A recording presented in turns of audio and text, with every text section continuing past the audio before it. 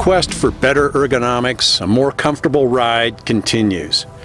In my last video, I changed the stock seat with a Mustang Vintage Solo saddle on my Harley Davidson Sportster, the Roadster model. The Mustang made a nice improvement to the seating arrangement on the bike. Well, for this episode of Wheel Stories, I've ordered up a box of parts and accessories from Lowbrow Customs, including a new set of handlebars. My goal is to maintain the Roadster look on the Harley, but with a slightly more upright stance at the seating position. I've purchased a set of tracker-styled bars in black that feature 4 inches of rise. Nothing too extreme here. I don't want to change out any of the cables, so these bars should work just fine. I don't think that they're going to be too tall. And the new bars are dimpled to work with the Harley Davidson cables, and these are 1-inch bars. I also snagged a new set of handlebar grips made by Biltwell. These are the 1-inch recoil grips in gray to match the grayish silver paint scheme on my gas tank. And I picked up a new gas cap in black, just to change the appearance a little bit around the tank. And a trucker's hat to add to my big collection of hats. So let's take the bike to the garage and get started on this project.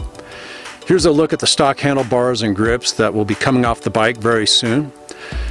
I should have cleaned off the bugs before starting this video. It's kind of messy.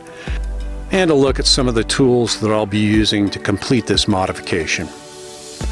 I removed the windscreen from my bike to make things easier while working around the handlebars. And anytime you do this kind of job on your motorcycle, be sure to cover the tank with a towel or t-shirt to protect the paint. I put a t-shirt over the headlight as well.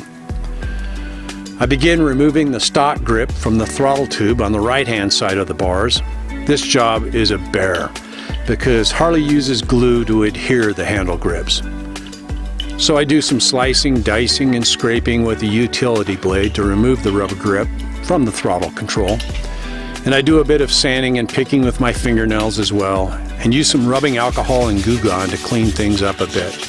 Biltwell recommends replacing the throttle tube when installing new grips, but that's around $50 for the Biltwell tube. I think I can make the stock tube work. However, if I had to do this job over again, I'd probably go with a new throttle tube. I'm not sure if the job was worth $50 of my time. I'm not going to worry about removing the left-hand grip. The bars are coming off and that grip can just stay with the bars for now. I snipped the plastic bits that hold and help connect the cables to the handlebars. Now on to the controls. I start on the left side with the control system for the clutch, headlights, turn signal, and horn. The rear view mirror is attached to the clutch piece. On my Sportster, the tool to use is a Torx bit. I'm not sure of the exact size, but I'll put a super up that tells you what that size is. The outer casing of the control unit comes off in 2 halves. You can let the cabled pieces dangle.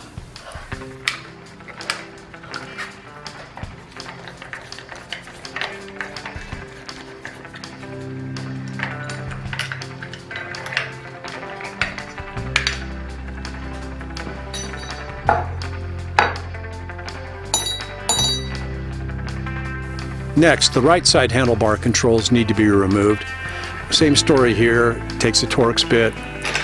And I remove the front brake fluid reservoir and lever first. And then due to the cable lengths, I take a small shortcut at this step of the procedure to avoid having to disconnect the throttle cables and throttle tube from the control mechanism.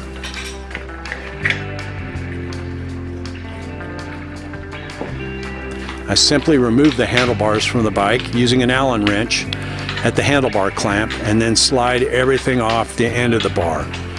This saves having to loosen the throttle cables and disconnect the parts and then having to readjust everything back up when you get the control mechanism back on the new bars.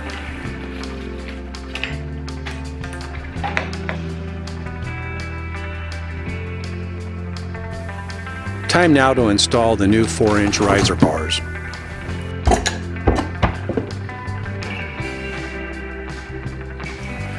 On the installation, get the fasteners in place at the handlebar clamp and the controls on each side of the bike. Get everything in place, but leave it loose so you can tilt and adjust and get comfortable with how everything sits. to get a proper fit, the proper alignment that works best for your hands and shoulders.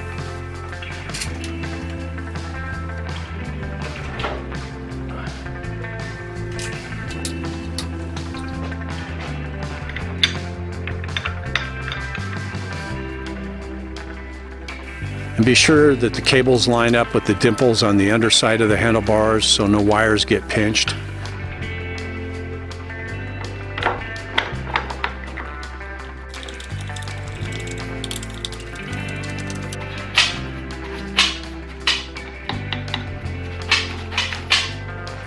Then make sure you have room on the bar ends for the new grips. You want to get that distance right.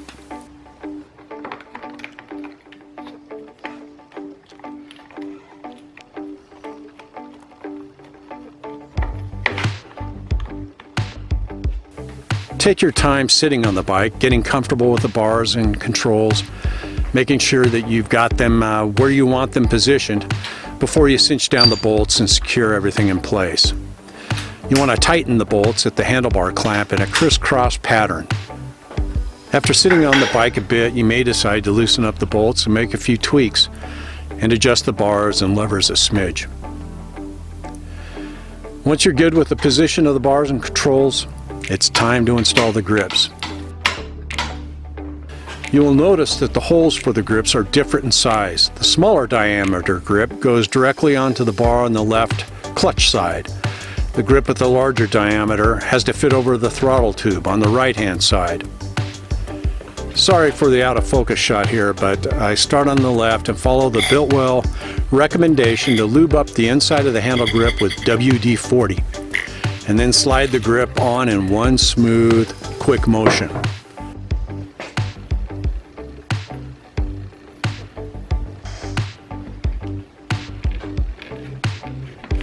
That was easy.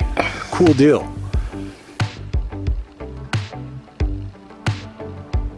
Now for the throttle grip, and to be honest, I'm not feeling super confident. The grip might be a little difficult to get on. As I mentioned before, the throttle tube looks a bit rough, kind of messy after fighting to remove the glue with all the scraping and sanding. But let's give it a go.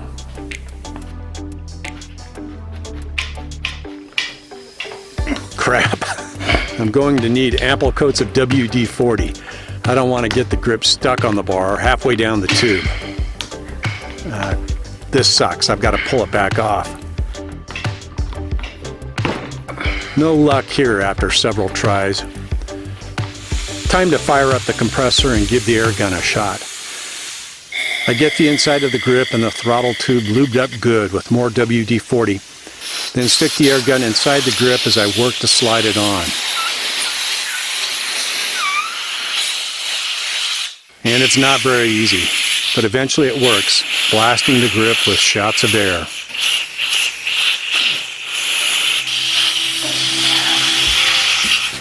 Once the grips are installed, you need to wait 24 to 48 hours for the WD-40 to evaporate before taking the bike out for a ride. But there's no need to use glue on these grips.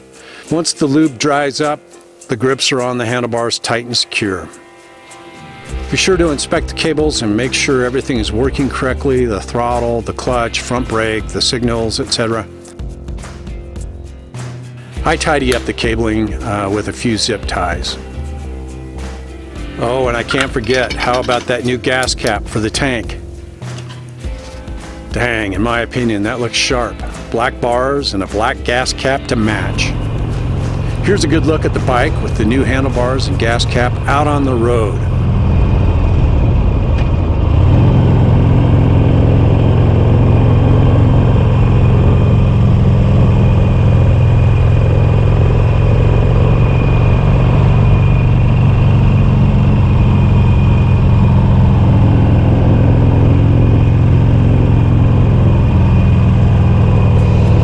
What a nice sunset ride on Bogus Basin Road in the hills north of Boise.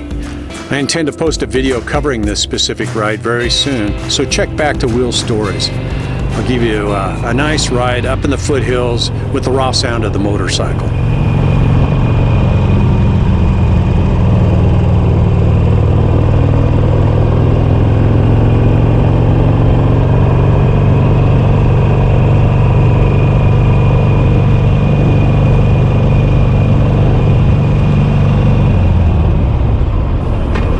Okay, I think this mission is accomplished. Well, I hope you found this video helpful. If you're studying handlebars and grips and looking to make the same modification on your motorcycle, leave some comments or questions in the comments section. If you like this video, give it a thumbs up. And for Wheel Stories, thanks for watching, everybody.